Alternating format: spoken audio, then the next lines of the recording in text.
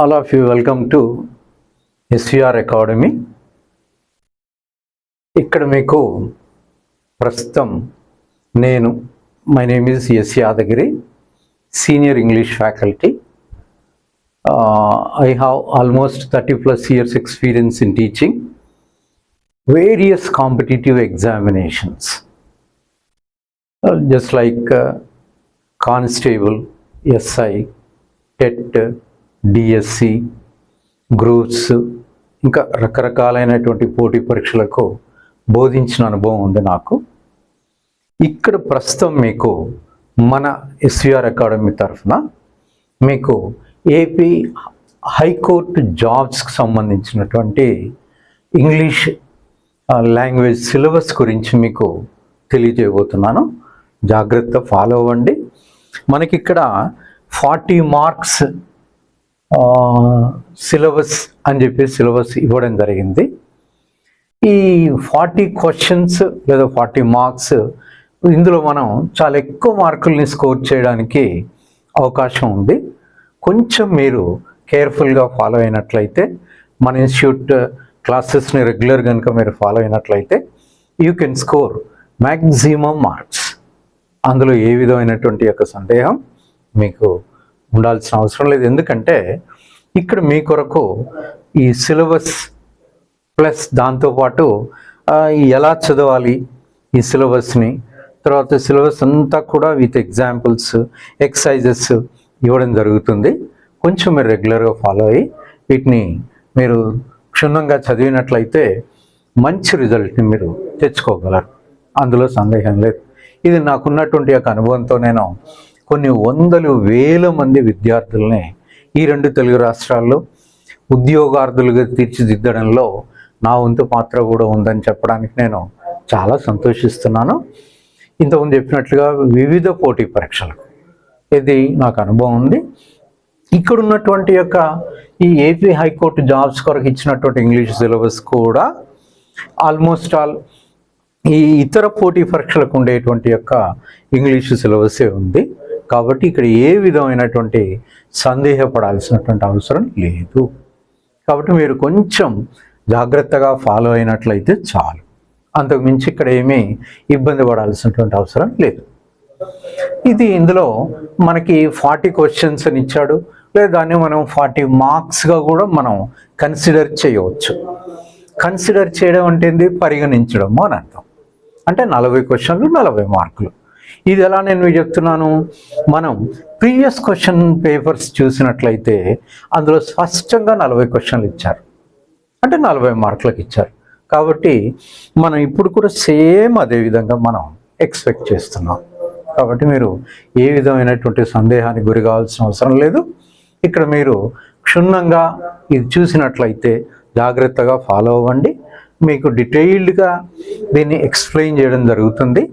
దాన్ని మీరు ఫాలో అయితే చాలు, మీకు పూర్తి అవగాహన ఏర్పడుతుంది. ఇందులో ఏ విధమైనటువంటి సందేహం లేదు. ఇక్కడ మనకు నేను మీకు సందర్భానుసారంగా ఆయా టాపిక్లు చెప్పేటప్పుడు వాటి గురించి వివరణ చెప్తాను. ఇప్పుడు మాత్రం ఫస్ట్ మనం ఈ ఏపీ హైకోర్టు జాబ్స్కి ఉన్నటువంటి యొక్క ఈ ఇంగ్లీష్ లాంగ్వేజ్ సిలబస్లో మరి ఏవేవి ఎన్ని టాపిక్స్ ఉన్నాయనేటువంటి దాని ఒక ఐడియా నేను మీకు చెప్తాను. జాగ్రత్తగా ఫాలో అవ్వండి. ఇక్కడ ఇంగ్లీష్ లాంగ్వేజ్ ఈ 40 క్వశ్చన్స్ లేదా 40 మార్క్స్లో ఈ సిలబస్లో జాగ్రత్త చూడండి. Number 1 reading comprehension. ఇక మీకు ఇక్కడ మీ అందరికీ తెలుసమ్మా, ఈ రీడింగ్ కాంప్రిహెన్షన్ అనేటువంటిది బహుశా ఇది మీకు ప్రత్యేకంగా కొత్తది కాదు. ఎందుకు అనంటే ఇది అకాడమిక్ ఎగ్జామ్స్లో కూడా ఉంటుంది. కాంపిటేటివ్ దరిదాపు ప్రతి కాంపిటేటివ్ ఎగ్జామ్లో ఉంటుంది.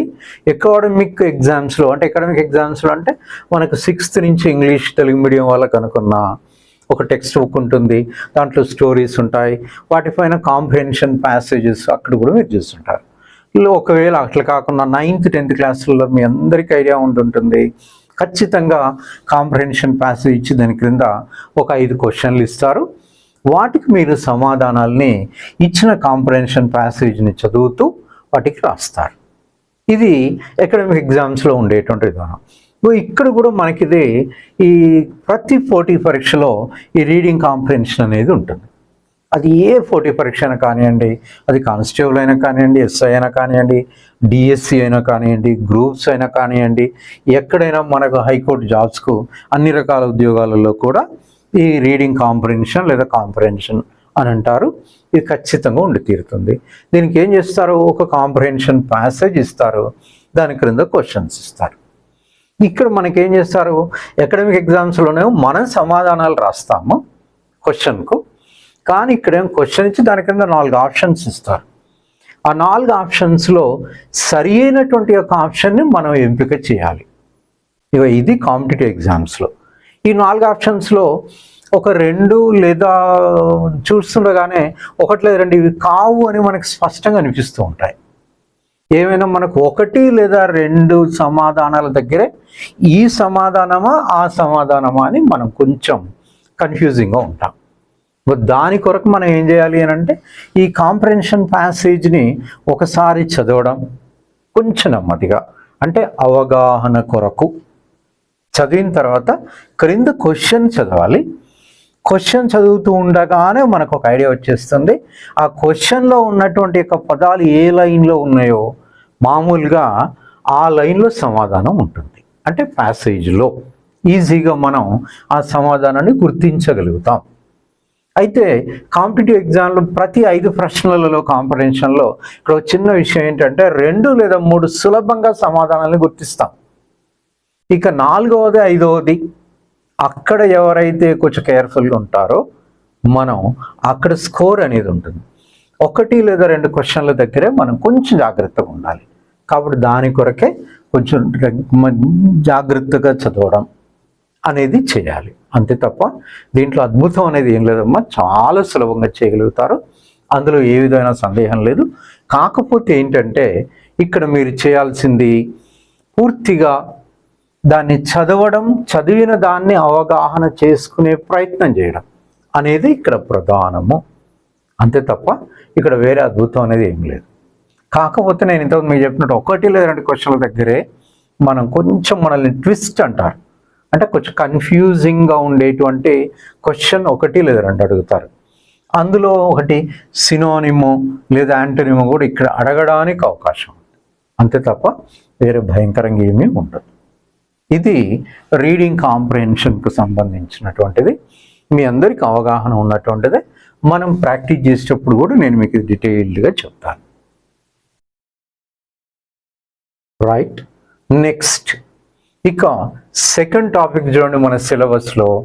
ఇందులో సినోనిమ్స్ అండ్ యాంటోనిమ్స్ అని ఉన్నది, గమనించండి. ఈ సినోనిమ్స్ అండ్ యాంటోనిమ్స్, సినోనిమ్స్ అంటేనేమో మీనింగ్స్ అంటాం సింపుల్గా, అంటే తెలుగులో నానార్థాలు అని అంటారు చూడండి. అలా అంటే ఆ పదానికి అంతే అర్థాన్ని కలిగించేటువంటి, సమాన అర్థాన్ని ఇచ్చేటువంటి యొక్క పదాన్ని పట్టుకోవడాన్ని సినోనిమ్ అని అంటాము. ఇక యాంటోనిమ్ అంటే ఏంటి, మనకు ఆపోజిట్ అనేటువంటిది. ఆపోజిట్ ఇన్ మీనింగ్ అంటే అర్థంలో దానికి వ్యతిరేక అర్థాన్ని ఇచ్చేటువంటిది. ఇదేమో సమాన అర్థాన్ని ఇచ్చేటువంటిది, ఇదేమో వ్యతిరేక అర్థాన్ని ఇచ్చేటువంటిది. ఇవి కూడా ప్రతి పోటీ పరీక్షలో, నేను మీకు ఇంతకుముందు రీడింగ్ కాంప్రిహెన్షన్ గురించి చెప్పా కదా, ప్రతి పోటీ పరీక్షలో రీడింగ్ కాంప్రిహెన్షన్ ఉంటుంది, సినోనిమ్స్ యాంటోనిమ్స్ కూడా ఖచ్చితంగా ఉండి తీరుతాయి. అది ఏ పోటీ పరీక్ష అయినప్పటికీ కూడా అది ప్రతి దాంట్లో, అంటే బ్యాంక్ ఎగ్జామ్స్లో కానివ్వండి, ఎస్ఎస్సి కానివ్వండి, ఆర్ఆర్బి కానివ్వండి, అన్నిట్లలో మన సిలబస్లో కూడా సినోనిమ్స్ యాంటోనిమ్స్ ఉన్నాయి. కాబట్టి వీటన్నింటినీ మనం చదువుతూ ఉన్నట్లయితే దీనికి మనం సరే, నేను మీకు ఈ టాపిక్ చెప్పేటప్పుడు దాని గురించి చెప్తాను. ఇక్కడ కొంచెం బ్రీఫ్గా ఒకసారి చూద్దాం. ఏంటి సినోనిమ్స్ యాంటోనిమ్స్, మీకు వీలైనన్ని ఎక్కువ పదాలను ఇవ్వడం జరుగుతుంది మన యొక్క అకాడమీలో. వాటిని మీరు కొంచెం తరచుగా చదివినట్లయితే వాటిని రేపు మీరు గుర్తించగలుగుతారు. దీన్ని ఎలా ఇస్తారు, ఒక వర్డ్ ఇస్తారు, హెడ్ వర్డ్ అంటారు. అంటే identify the synonym for the following word అని ఇస్తారు, లేదా choose the correct synonym for the following word అని ఇస్తారు.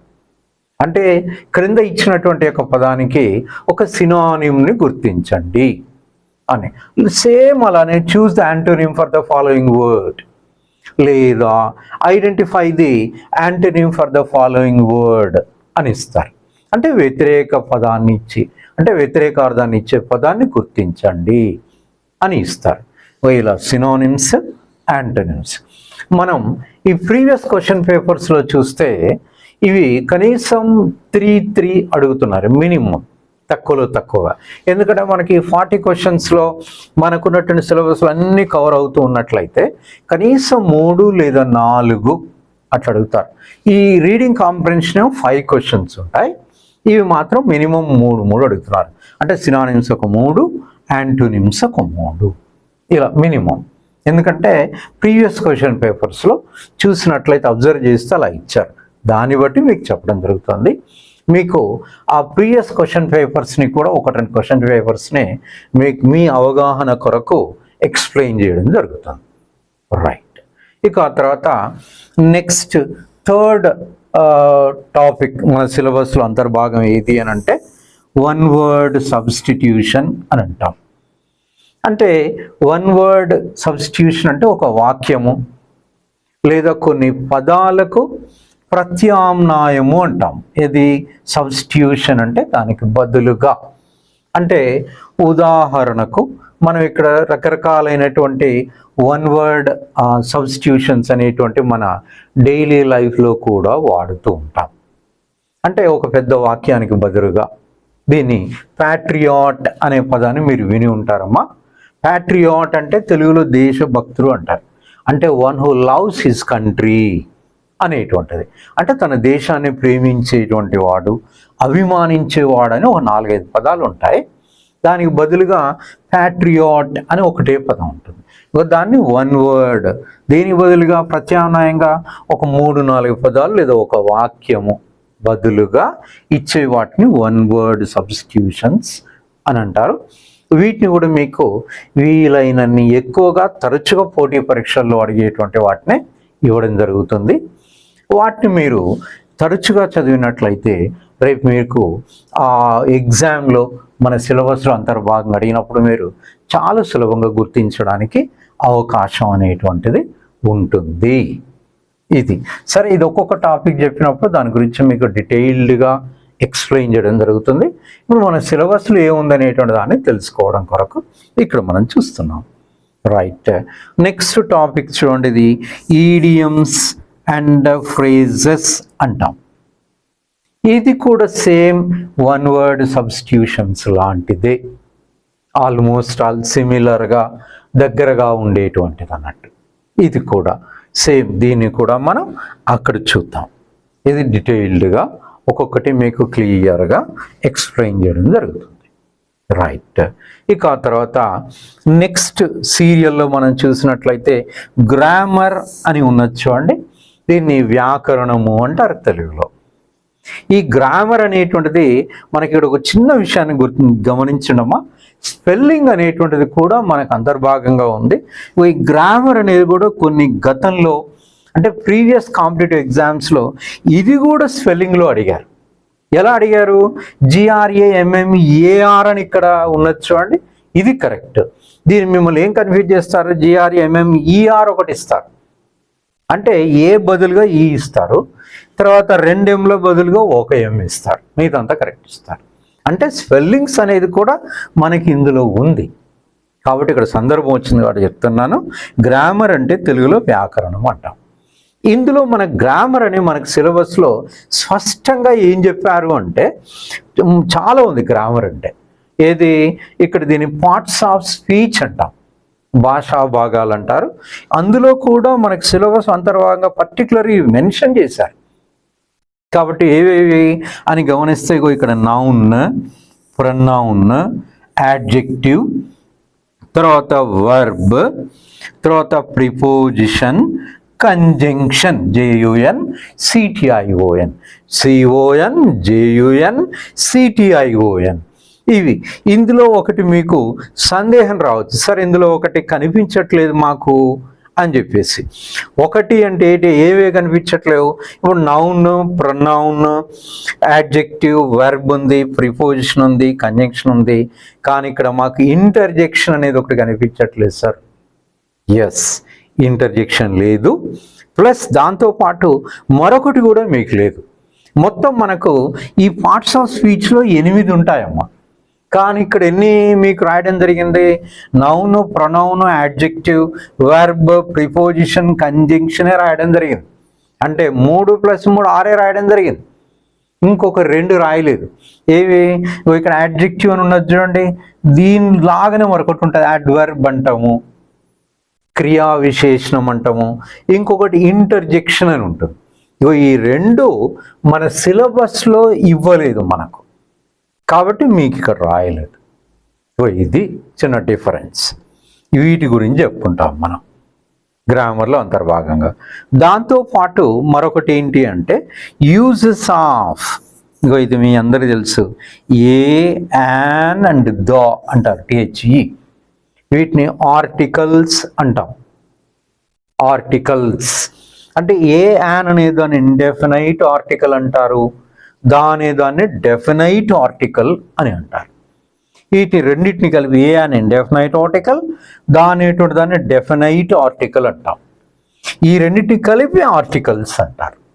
ఇవి కూడా గ్రామర్లో అంతర్భాగం. అంటే గ్రామర్లో పార్ట్స్ ఆఫ్ స్పీచ్, ఆర్టికల్స్, ఇంకా దీంతో పాటు tenses, active and passive voice, direct and indirect speech, question tag, తర్వాత ఈ మనకు దీంట్లో కరెక్షన్స్ అని ఉన్నాయి. ఇందులో మనకిచ్చినటువంటి సిలబస్ అంతర్భాగంగా సిలబస్లో ఇవి ఉన్నాయి. అంటే టెన్సెస్ ఇవ్వలేదు, డైరెక్ట్ ఇండైరెక్ట్ స్పీచ్ అంటూ ఇవ్వలేదు, యాక్టివ్ అండ్ ప్యాసివ్ వాయిస్ అంటూ ఇవ్వలేదు, డిగ్రీస్ ఆఫ్ కంపారిజన్ అంటూ ఇవ్వలేదు, క్వశ్చన్ ట్యాగ్ అంటూ ఇవ్వలేదు. కానీ కరెక్షన్స్లో వాటిని మనకి ఇండైరెక్ట్గా అడుగుతారు. ఇంకా ఇవి ప్లస్ వీటితో పాటు నెక్స్ట్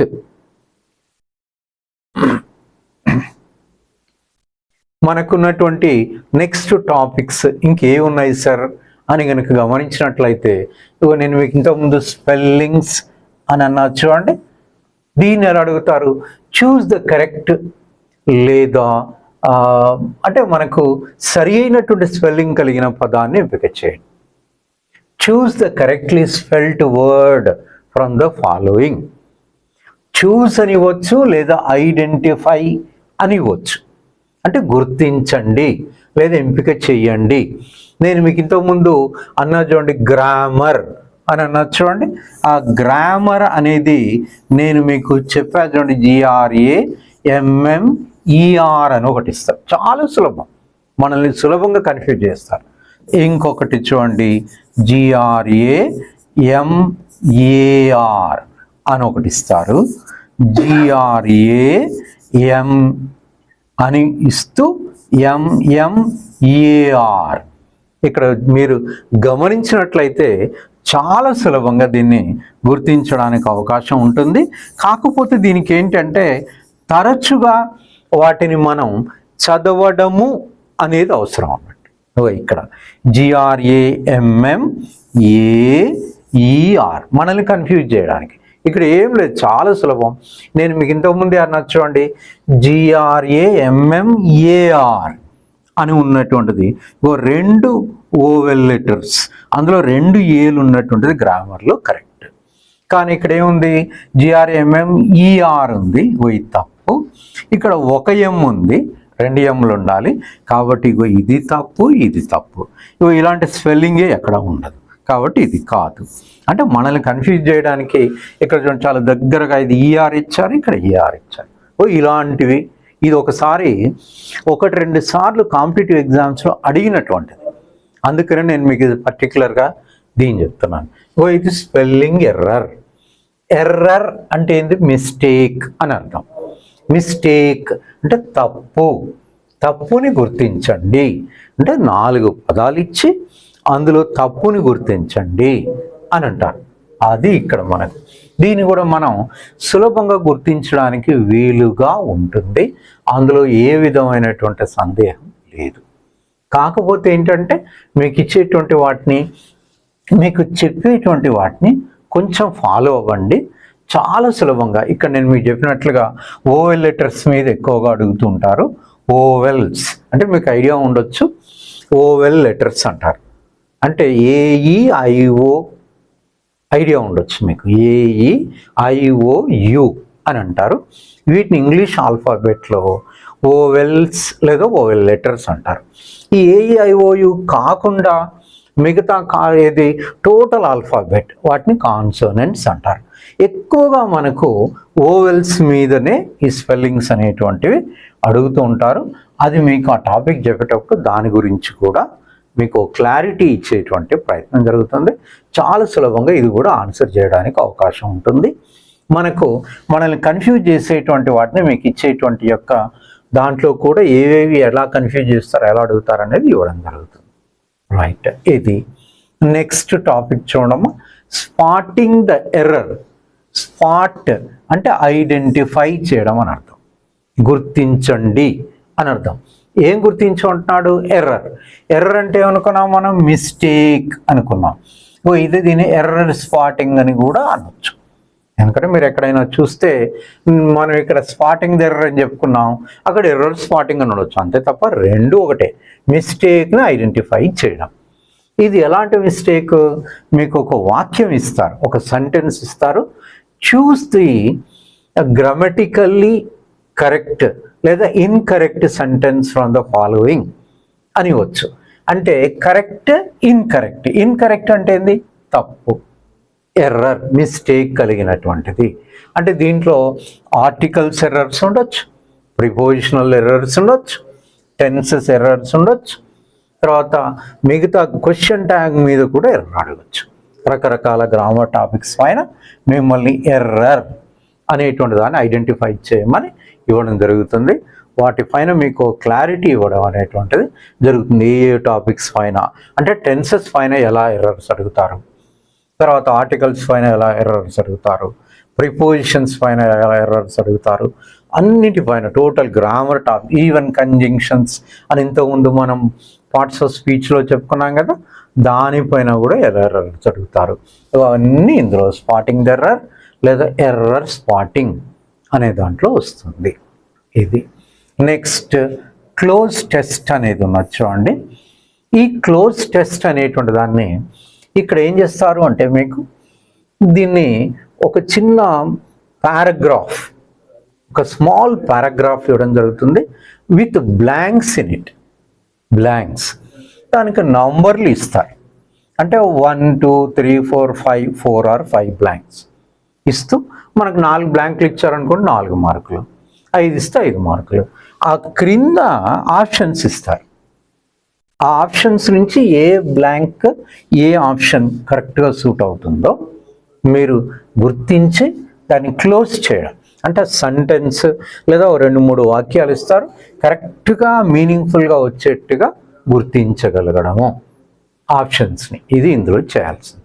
దీనికి ఏంటి అని అంటే మనం చదువుతూ ఉన్నప్పుడు ఇక్కడ ఫస్ట్ బ్లాంక్ ఉందనుకోండి, దానికి 4 ఆప్షన్స్ ఉంటాయి. ఈ 4 ఆప్షన్స్లో ఏ ఆప్షన్ అయితే అక్కడ మీనింగ్ఫుల్గా సెంటెన్స్ వస్తుందో దాన్ని గుర్తించగలగడమే ఇక్కడ. దీనికి కూడా కొంచెం ప్రాక్టీస్ చేస్తే మన అకాడమీ యొక్క ఇది క్లాసులు విని దీనికి సంబంధించినటువంటి టెస్ట్లు ఇవి మీరు ఫాలో అయితే you can do it very well. అందులో ఏ విధమైన సందేహం లేదు. Right, next fill the blanks లేదా ఫిల్ ఇన్ ద బ్లాంక్స్ ఎట్లా అని వచ్చు. మనకి ఇలా ఫిల్ ద బ్లాంక్స్ అని సిలబస్లో అంతర్భాగంగా ఇచ్చారు. ఖాళీలను పూరించండి. దీన్ని మరొక రకంగా ఏమని ఇచ్చారు? Sentence completion. కంప్లీషన్ అంటే పూర్తి, వాక్యాన్ని పూరించండి, ఖాళీలను పూరించండి, లేదా పారా కంప్లీషన్ అని కూడా అన్నారు. ఇలా ఇది మనకు ఇందులో ఏదైనా ఇవ్వచ్చు అనే ఉద్దేశంతో ఇలా ఇచ్చారు. అంటే వచ్చిన పారాగ్రాఫ్ ఇచ్చి దాంట్లో కూడా ఖాళీలు ఇవ్వచ్చు. ఇది ఒకటి. రైట్, దీనికి కూడా మీకు ఎలా అనేటువంటి దాన్ని ఒక క్లియర్గా ఎక్స్ప్లెయిన్ చేయడం జరుగుతుంది దానికి సంబంధించి. ఇక మనకున్నటువంటి సిలబస్లో ఇంకొకటి పారా జంబుల్, సెంటెన్స్ జంబుల్, తర్వాత ఆడ్ సెంటెన్స్ అవుట్. ఇందులో మనం ఒక్కసారి ఆడ్, ఓడిడి, ఆడ్ అంటే డిఫరెంట్ అని అర్థం, భిన్నమైనటువంటి వాక్యాన్ని పట్టుకోండి. దీన్ని కూడా చాలా సులభంగా గుర్తించవచ్చు. ఎలా గుర్తించవచ్చు? ఒక 4 వాక్యాలు ఇస్తారు. ఆ 4 వాక్యాలలో 3 ఒకదానికి మరొకదానికి సంబంధం ఉన్న వాక్యాలు ఉంటాయి. ఒకటి ఆడ్గా ఉంటుంది, డిఫరెంట్గా ఉంటుంది, భిన్నమైన వాక్యం ఒకటి ఉంటుంది. ఇది ఒకటి. లేదా పారాజంబల్, సేమ్ అదే, అంటే ఒక 4-5 వాక్యాలు ఇచ్చి అందులో డిఫరెంట్గా ఉండేది. సెంటెన్స్ జంబుల్ అన్నా కూడా అదే. ఇగో ఇది మనకున్నటువంటి సిలబస్లో అంతర్భాగంగా ఇచ్చినటువంటి యొక్క టాపిక్స్ ఇవి. వీటికి సంబంధించి మీకు క్లియర్గా, స్పష్టంగా మీకు ఎక్స్ప్లెయిన్ చేయడం జరుగుతుంది. దాన్ని మీరు రెగ్యులర్గా ఫాలో అయ్యి కరెక్ట్గా కనుక మీరు చదివినట్లయితే you can do well, you can get maximum marks. 40 questions అన్నాడు అంటే 40 మార్క్స్. మనకు 40లో కనీసం మీరు ఒక 30+ కనుక స్కోర్ చేయగలిగినట్లయితే, తక్కువలో తక్కువ, you will be in the competition and you will get the job. There is no doubt. ఎందుకు అంటే మీకుండేటువంటి పేపర్లో ఎవరైతే ఇంగ్లీష్ పార్ట్లో ఎక్కువ స్కోర్ చేయగలుగుతారో వాళ్ళ ఉద్యోగం అనడంలో సందేహం లేదు. అందులో ఏ విధమైనటువంటి సందేహం లేదు. ఎందుకంటే నేను మీకు ఇది ప్రీవియస్ క్వశ్చన్ పేపర్స్లో ఎక్స్ప్లెయిన్ చేస్తాను. దాన్ని బట్టి మీకు ఫుల్ క్లారిటీ వచ్చేస్తుంది. కాబట్టి మనం ఈ 40 క్వశ్చన్లు లేదా 40 మార్కులలో మ్యాక్సిమం మార్కులు స్కోర్ చేయడం అనేటువంటిది మనం టార్గెట్గా మన ప్రిపరేషన్ అనేటువంటిది కంటిన్యూ చేద్దాం. ఓకే, మీకు అర్థమైంది అనుకుంటాను. నేను చెప్పింది కొంచెం బ్రీఫ్గా, అంటే ఉన్నటువంటి టాపిక్స్ అనేటువంటి సిలబస్లో అంతర్భాగంగా చెప్పుకున్నాం. ఒక్కో టాపిక్ వెళ్తాం కాబట్టి అక్కడ డీటెయిల్డ్గా చెప్పుకుంటాం. Okay, right. ఎస్విఆర్ అకాడమీ, మనం ఎస్విఆర్ అకాడమీలో కోర్స్ని ఎలా పర్చేజ్ చేయాలి అనేది ఒకసారి చూద్దాం. ఏ కోర్స్ అయినా ఇలానే పర్చేజ్ చేయొచ్చు. నేను ఏపీ హైకోర్టు కోర్స్ని పర్చేజ్ చేయొచ్చు ఇస్తాను. ముందు ఎస్విఆర్ వెబ్సైట్కి వెళ్ళండి, అంటే గూగుల్ ఓపెన్ చేసి ఎస్విఆర్ అకాడమీ అని టైప్ చేయండి. ఎస్విఆర్ అకాడమీ మనకి కనిపిస్తూ ఉంటుంది, పైనే ఫోన్ నెంబర్ కూడా ఉంది మీకు ఇక్కడ. సో కిందకు వచ్చాక ఇప్పుడు సపోజ్ చూడండి, SVRacademy.in అని ఉంది కదా, దీన్ని క్లిక్ చేయండి. సో ఇక్కడ మీకు ఎస్విఆర్ అకాడమీ ఇలా ఓపెన్ అవుతుంది. ఓపెన్ అయిన తర్వాత ఫస్ట్ టైం మీరు యూజర్స్ అయితే రిజిస్టర్ బటన్ని క్లిక్ చేయండి. ఆల్రెడీ ఎగ్జిస్టింగ్ యూజర్ అయితే లాగిన్లోకి వెళ్ళండి. మీరు ఫస్ట్ టైం వస్తున్నారు కాబట్టి రిజిస్టర్ బటన్ని క్లిక్ చేయండి. రిజిస్టర్ బటన్ని క్లిక్ చేస్తే మనకి ఇలా వస్తుంది. మీ నేమ్ అడుగుతుంది కదా, ఇక్కడ మీ నేమ్ని ఎంటర్ చేయండి. మీ ఈమెయిల్ ఐడి అవుతుంది కదా, మీ ఈమెయిల్ ఐడిని ఎంటర్ చేయండి.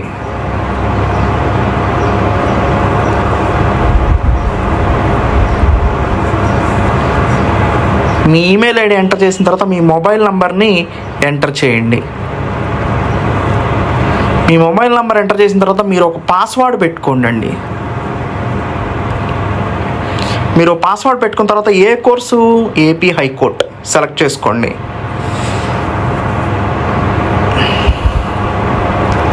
సబ్మిట్ బటన్ని క్లిక్ చేయండి. బటన్ని క్లిక్ చేసిన తర్వాత మీకు ఇలా చూపిస్తుంది.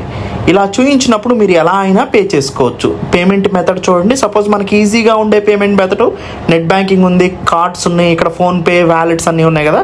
ఫోన్పే బటన్ మీద నేను క్లిక్ చేస్తున్నాను. క్లిక్ చేస్తే ఇక్కడ మీరు ఫోన్పే ఉంది, గూగుల్ పే ఉంది, పేటిఎం ఉంది, భీమ్ యాప్ ఉంది, సో యూపీఐ ఐడి ఉంది. ఫోన్పేని క్లిక్ చేశారనుకోండి, ఫోన్పేని క్లిక్ చేయండి. ఎలో అనే బటన్ని క్లిక్ చేయండి. అది మీ ఫోన్పేకి తీసుకెళ్తుంది. అక్కడ నుంచి మీరు అమౌంట్ని పే చేసేసుకోవచ్చు అనమాట. సో ఇలా మీరు కోర్స్ని పర్చేజ్ చేయండి. సో కోర్స్ పర్చేజ్ చేసిన తర్వాత ఆటోమేటిక్గా మీకు కోర్స్ అనేది వచ్చేస్తుంది. దీనికి సంబంధించిన ఎలాంటి డౌట్స్ ఉన్నా కానీ నేను పక్కన ప్రొవైడ్ చేసినటువంటి నంబర్స్కి కాల్ చేసి మీరు మీ డౌట్స్ని క్లియర్ చేసుకోవచ్చు. పేమెంట్కి సంబంధించిన ఏమైనా ఇష్యూస్ ఉన్నా కానీ మాట్లాడవచ్చు. Thank you, have a nice ని ప్రొవైడ్ చేస్తారు. Thank you, have a nice day.